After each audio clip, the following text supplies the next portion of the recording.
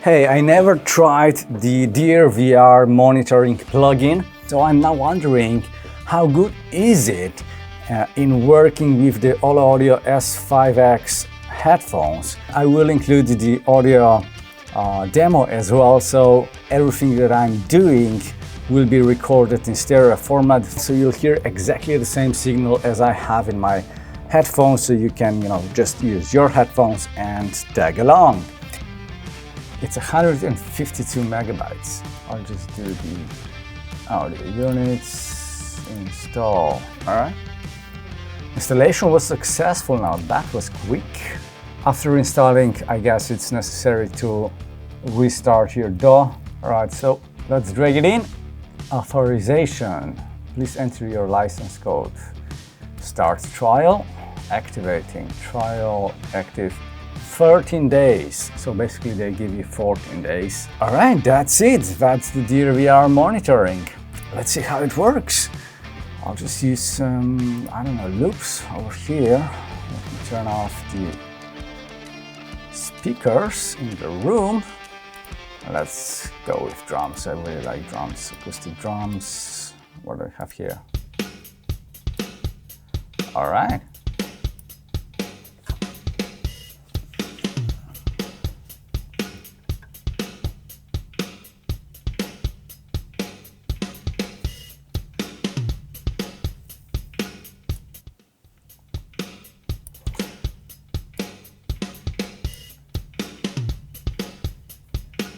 Alright, so we're in stereo mode right now.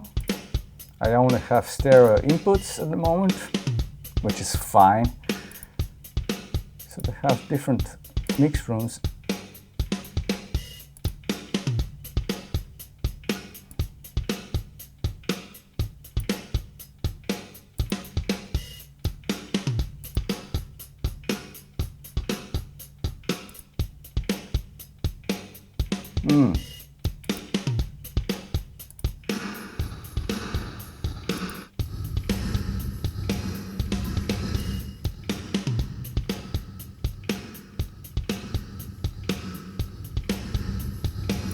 I'll keep it at maximum ambience, so it's maybe a little bit more obvious.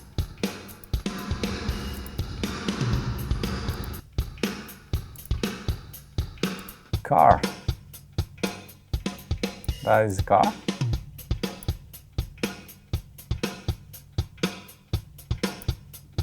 I'm missing a little bit the low end over here. Matter of taste, I guess. Bam.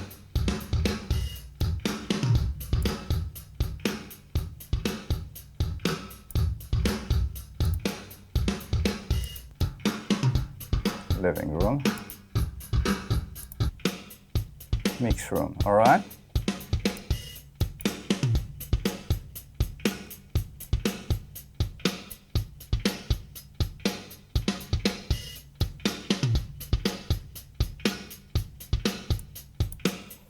Yeah, the focus does exactly what it says. So clarity is kind of like headphone only mix. Maybe I can bypass it real quick. No, it's not actually. There's always ambience involved. Even probably when if you turn this all the way down and I go to bypass now. Yeah.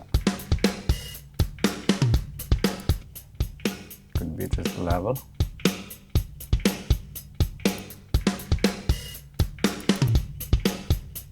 And there's still something going on. So the bypass, that's the original sound, original signal. And if I turn it on, there's some ambience happening already. All right. Let's try something else.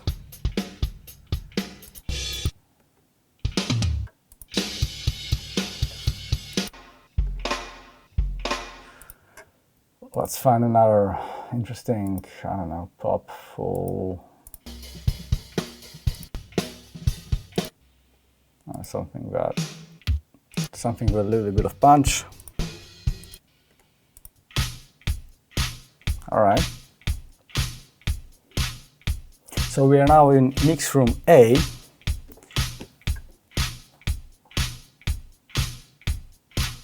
Give it a little bit more ambience. But for me personally, the clarity knob on the clarity side is kind of more useful. Like this further localized sounds a little weird to me. But that's, you know, that's normal when you're pushing this technology to the absolute limits. Sometimes it doesn't really work too good. It also depends a lot on the material, so I'm not saying that it's not working well, don't get me wrong. It depends on the material a lot. So for example, this sample, even though it's massively localized, it still sounds good.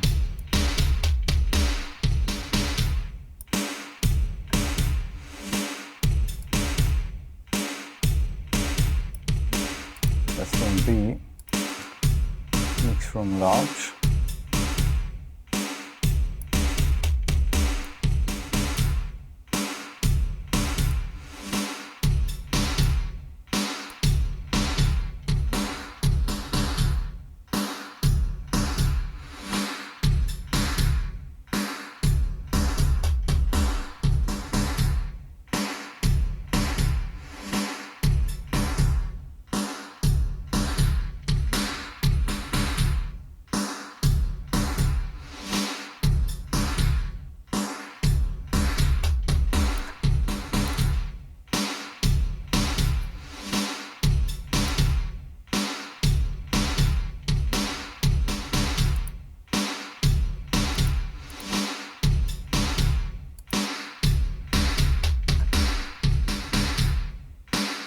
Interesting.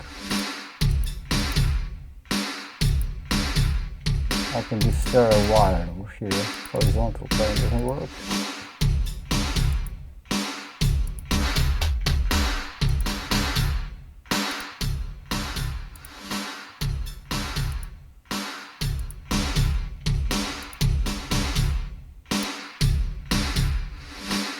There's a slight difference. The sound gets wider, basically emulating the speaker positions at a wider angle.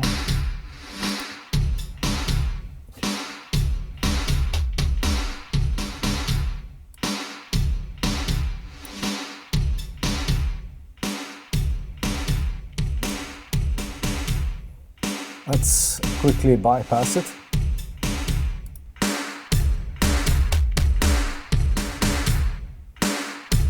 Yeah, that's definitely a completely dry signal. Everything is very much in your head. That kind of pushes the sound out quite a lot, actually. You can hear the reverb tails a lot there.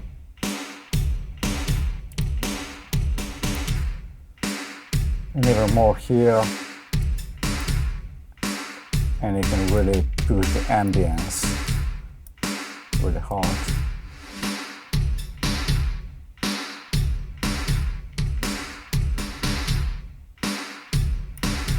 All right, now that's just, you know, basically stereo signals.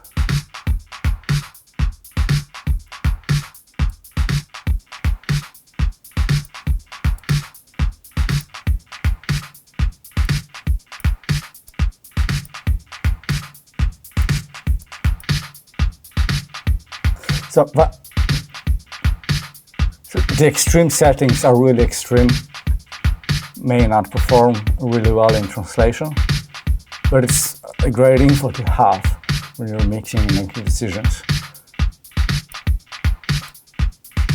I find is that the neutral or default position of these two sliders is actually kind of like, it's probably the best. You can push it a little bit.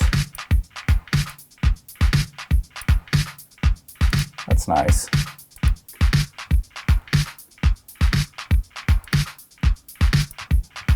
Actually, I like the mix room B a little bit more.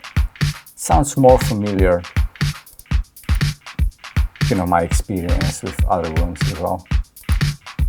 So the large room is just larger. Analytic Dry.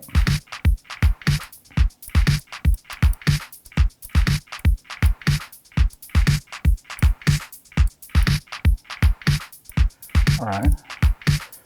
Just not allowed to move the ambience around.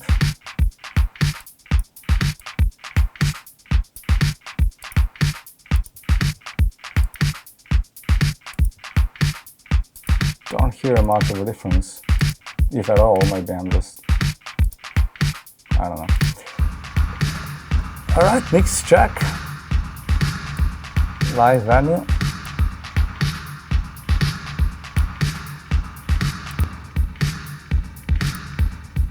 Stadium.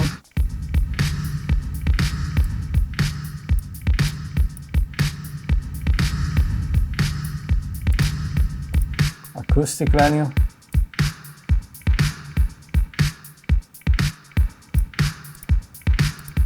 Club.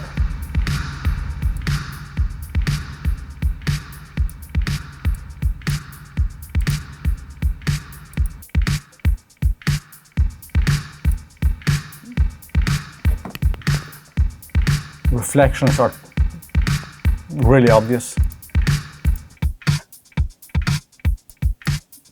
This car simulation is, I don't get it. Maybe I don't understand it.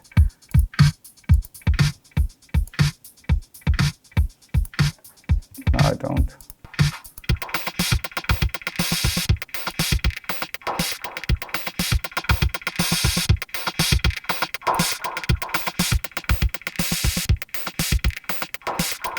There's quite, you know, the ambience knob really moves audio away, or just really widens the audio scape, audio plane if you want. Again, reflections are very nicely heard. Same home theater, living room, kitchen.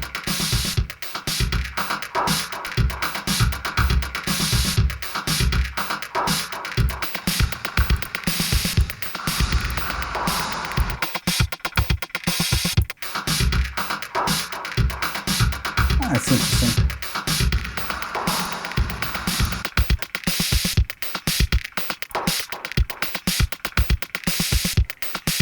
It's interesting. Do I have something else to listen to?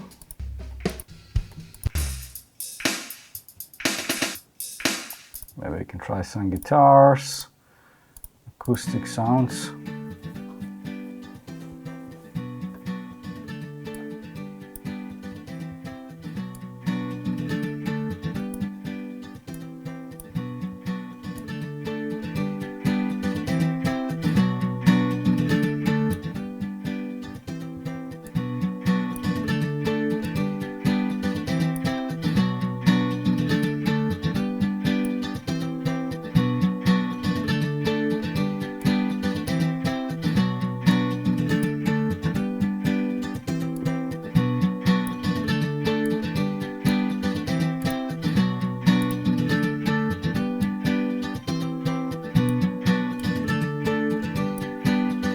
Is it like, I don't know how you guys hear that through your headphones, but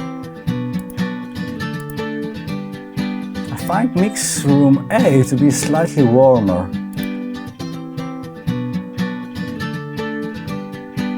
Is it warmer? Maybe it is, maybe it's not, I don't know. Let's maybe try and put some spectrum analyzer, and maybe we can see slightly what's going on. Let's do another loop.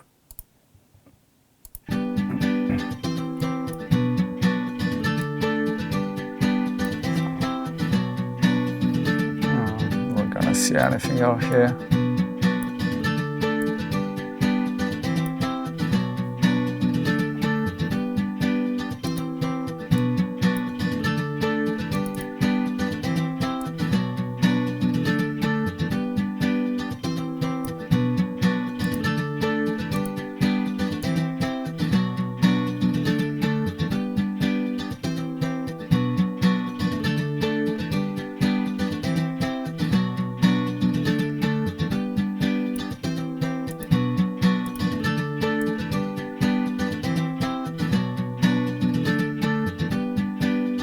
I don't think I can spot anything just from the spectrum analyzer. We could do, you know what we could do, just for fun.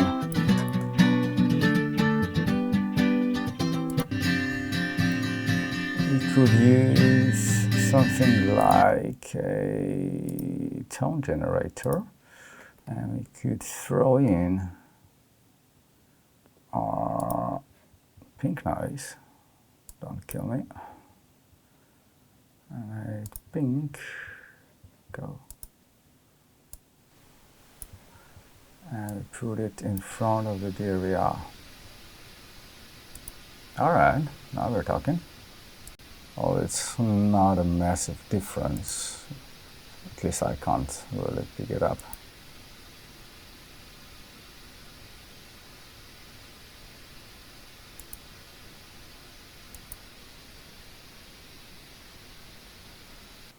Just to be clear, so if I bypass the DRVR monitor, you can see over here that the line is over here, that the pink noise just gets across nicely. And when I turn it on, for example, mix room A, the mix room A adds a little bit of coloration, so it's boosting the low end, cutting a little bit on 500 to 1K, and it's then boosting quite strongly the mids over here, as you can see. So it's actually quite, the coloration is absolutely there. So we can now check the analytic and dry signal, which is still introducing coloration. I believe all of them are like, let's say, a club, for example. So you can see in the club, the 1K is getting boosted. So over here we are 68, and that is 59. So that's 10 dB. Oh dear Lord. 59. 68. It's 9 dB from 500 to 1.2K. That's the factor of a loudness. That's quite a lot. That is a strong coloration in the club. Let's see, maybe the analytical dry. Actually, it's moving away. It's fading out. So this one is great, but I don't have the explanation why would they have this strong coloration over here in the area. So that would be like at 7.6. Why would you have that there? Because if I bypass it, you'll see that the frequency response gets even almost instantly, right? So that is the actual signal, as it should be, and you're now hearing it as well.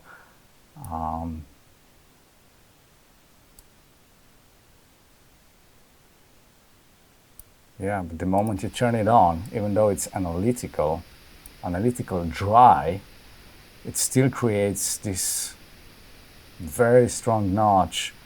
74, and this one is 60, minus 63, minus 75. So it's another 7-8 dB notch over here. Overall boosted low end, which is interesting, you know, to have that signature in all of their rooms. I'm sure there's a reason for it I'm not aware of. Yeah, they're using some coloration. I think it's actually a really good plugin. The thing I like about this plugin, like out of the box, is it's straightforward. You can understand everything quickly. The input section, it's very clear. Control rooms, you just select the one you like, and then you know, play around with it a little bit. and it's just so easy, intuitive to use, and I assume it's the same with any of the multi-channel inputs that it's supporting. So I mean, it looks good, it sounds good. Let me try maybe a little more. A few more demos over here.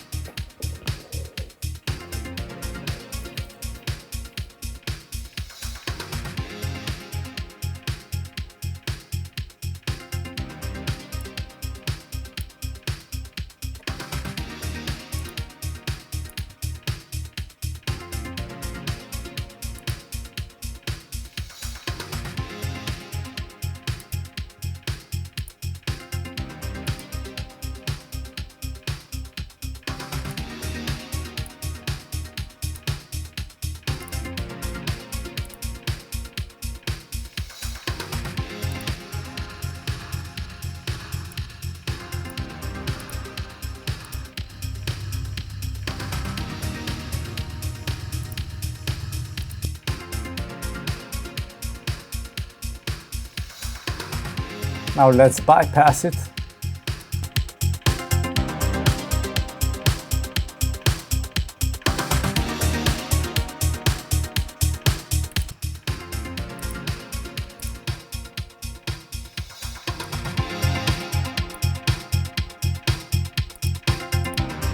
I'll try to match the volume so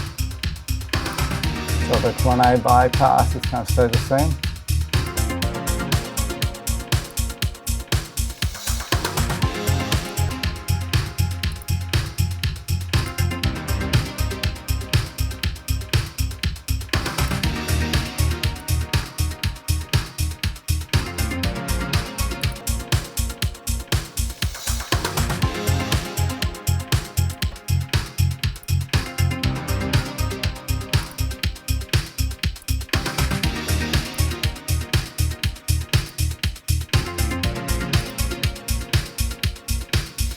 Yeah.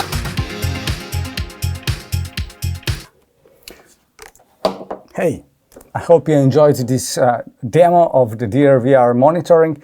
It works well with the S5X, there's no issues over here. Although, if you do want to use the calibration of the S5X, you have to run it in a separate plugin, so using our plugin in a chain, or the way I'm running that is through the audio interface itself. So basically over here I have on the monitoring for this headphone, which is over here through the Moto interface, I have the calibration directly inside the EQ on the monitoring output for the headphones. So I don't need to run it inside the DAW. So you can quickly switch different projects and you will always have the calibration active, which is our recommendation, obviously. Anyway, that's it. DRVR monitor. It has all the features that you would expect. So again, mix room A and B are probably the way to go for making mixing decisions, and then you cross-check how that works in all the other virtual environments. And if you're happy, I guess you can print your mix. If you have any questions, do let me know in the comments. I would also like to learn if there is like a specific setup that you're running when you're mixing on headphones. Do you use calibration software at all? Do you just rely on the headphones that you know them well enough? Or do you go and always check things in the car? Let me know in the comments. Until the next time. Bye.